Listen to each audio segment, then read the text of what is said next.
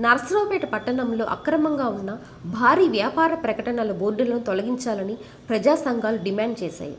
గాలివానలకు ఎలాంటి ప్రమాదం జరగకుండా అధికారులు తగు జాగ్రత్తలు తీసుకోవాలని కోరారు. నర్సరావుపేట మున్సిపల్ పరిధిలో ఉన్న వ్యాపార భారీ ప్రకటనల బోర్డులకు అనుమతి ఉందని, సంవత్సరానికి సుమారు 15 లక్షల ఆదాయం వస్తుందని మున్సిపల్ అధికారులు తెలిపారు. ప్రకటనల బోర్డులకు అనుమతి ఇచ్చేటప్పుడే జాగ్రత్తల గురించి సూచనలు ఇస్తామని తెలిపారు. గుంటూరు రోడ్లోని వై జంక్షన్ వద్ద ఫ్లెక్సీ బోర్డు తొలగించడానికి కొంత సమయం కోరారని, లేనిచో తొలగిస్తామని టీపీఓ సాంబయ్య తెలిపారు. అక్రమంగా ఉన్న ప్రకటనల బోర్డులను తొలగిస్తామని వెల్లడించారు. ఇటీవల భారీ గాలులతో కురిసిన వర్షానికి ఒక ఫ్లెక్సీ ఫ్రేమ్ రోడ్డుపై పడటం వల్ల ఎటువంటి ప్రమాదం జరగకపోవడంతో ఊపిరి పీల్చుకున్నారు. వ్యాపార ప్రకటనల భారీ ఫ్లెక్సీ బోర్డులతో అధికారులు ప్రజలకు ఇబ్బంది లేకుండా అప్రమత్తంగా ఉండాలని, అక్రమంగా కట్టిన వారిని తొలగించాలని స్థానికులు, ప్రజా సంఘాలు కోరుచున్నాయి. నర్సరావుపేట పట్టణంలో ఎక్కడ చూసినా పెద్ద ఎత్తున కట్అవుట్లు పెడుతూ ఉన్నారు. ఈ బోర్డులకి అసలు పర్మిషన్ ఉందా లేదా అనే దానికి సరైనటువంటి సమాచారం కూడా లేదు. అధికారులు అడిగితే కొన్నిటికి ఉంది, కొన్నిటికి లేదని చెబుతూ ఉన్నారు.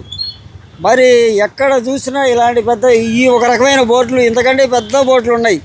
ఈ గాలి, ఈ తుఫాన్లు ఇటువంటివి వచ్చినప్పుడు పైన జనం మీద పడ్డా, వాహనదారుల మీద పడ్డా, రవాణా వెళ్ళే వాళ్ళ మీద పడ్డా ప్రాణాపాయ స్థితి కూడా ఉండే పరిస్థితి ఉంది.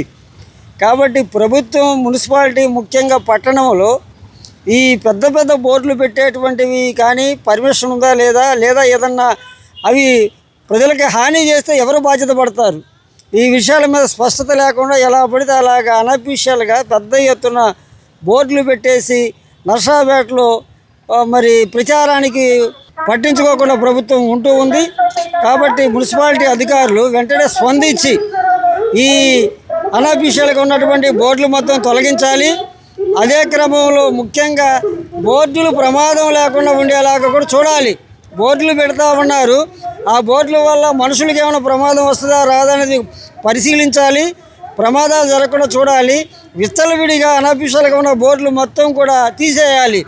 రాజకీయ పార్టీలు, విద్యా సంస్థలు, వైద్యులు, ఇలా రకరకాల వ్యాపార సంస్థలు బోర్డులు పెడుతూ ఉన్నారు. కాబట్టి ఇటువంటి బోర్డులన్నీ కూడా తొలగించి పట్టణంలో ఇలాంటివి లేకుండా, వ్యాపార ప్రకటనలు అనేటివి అనఫీషియల్గా లేకుండా చట్టబద్ధంగా వ్యవహరించాలని ఈ సందర్భంగా మున్సిపల్ కమిషనర్ గారు కోరుతూ ఉన్నాం. నేను నర్సరావుపేట పురపాలక సంఘంలో టౌన్ ప్లానింగ్ ఆఫీసర్ అండి.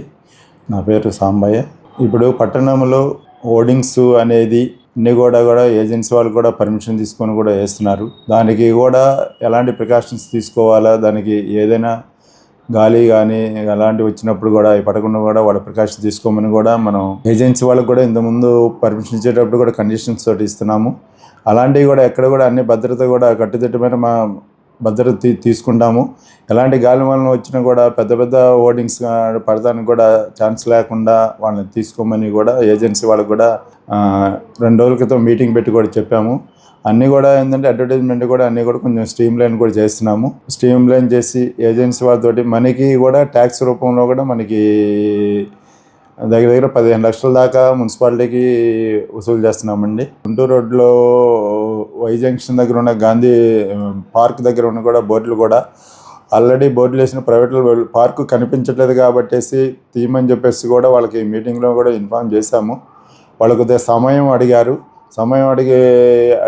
ఆ లోపు కానీ తీయకపోతే డిపార్ట్మెంట్లో కూడా మేము తొలగిస్తామని చెప్పేసి మీకు తెలియజేయటం ప్రజలు.